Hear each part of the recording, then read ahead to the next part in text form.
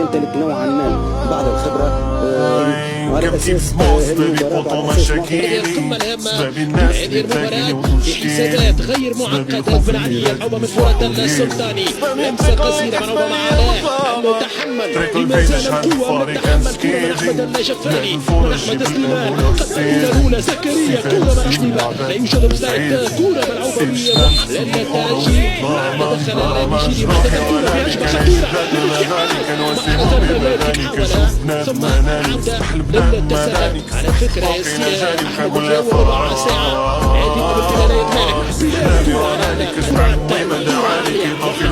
التوقعي موضع تتواصل مع قميص سيكي يتواصل بتمريره كره لبن علي تنزل كره على الكاميرا الخطيره قماسها رودريغيز لا يفوت الركنيه من كره من بوشنيبه ارتقاء ثم كوك 1-0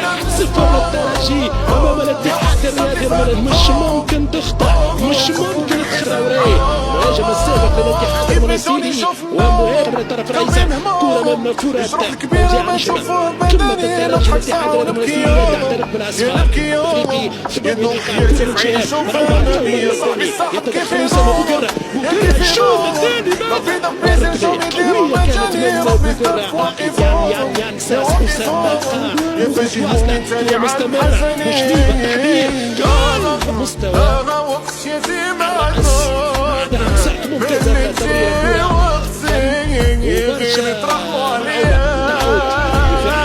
شايفين هذه كرة من لمسات خديدة للترجي مع أحمد النجفاني خروج عزم الشريف هو القائم الأول كربيبي رادس والمتابعة لأحداث الشوط الثاني من هذه القمة خطيرة في تشكيلة الترجي من الأساسيين. الترجي لمسة كانت ممتازة مجرب الشوط أسامة يبحث عن التسديد خياليا على التمريرة لمسة أسامة كرة زكريا بن علي بن شريفين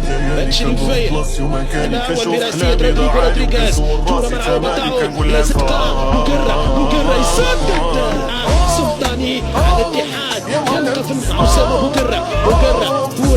حاضرة في منطقة الجزاء محاولة من أسامة بوكرة مع محمد علي بن سالم التغطية من بن سالم بس كرة ملعوبة من رايد بوشنيبة عسكري تعود وسائل الترجية زكريا العاير حاول يضرب رايد يضرب رايد بوشنيبة بوكرة ملعوبة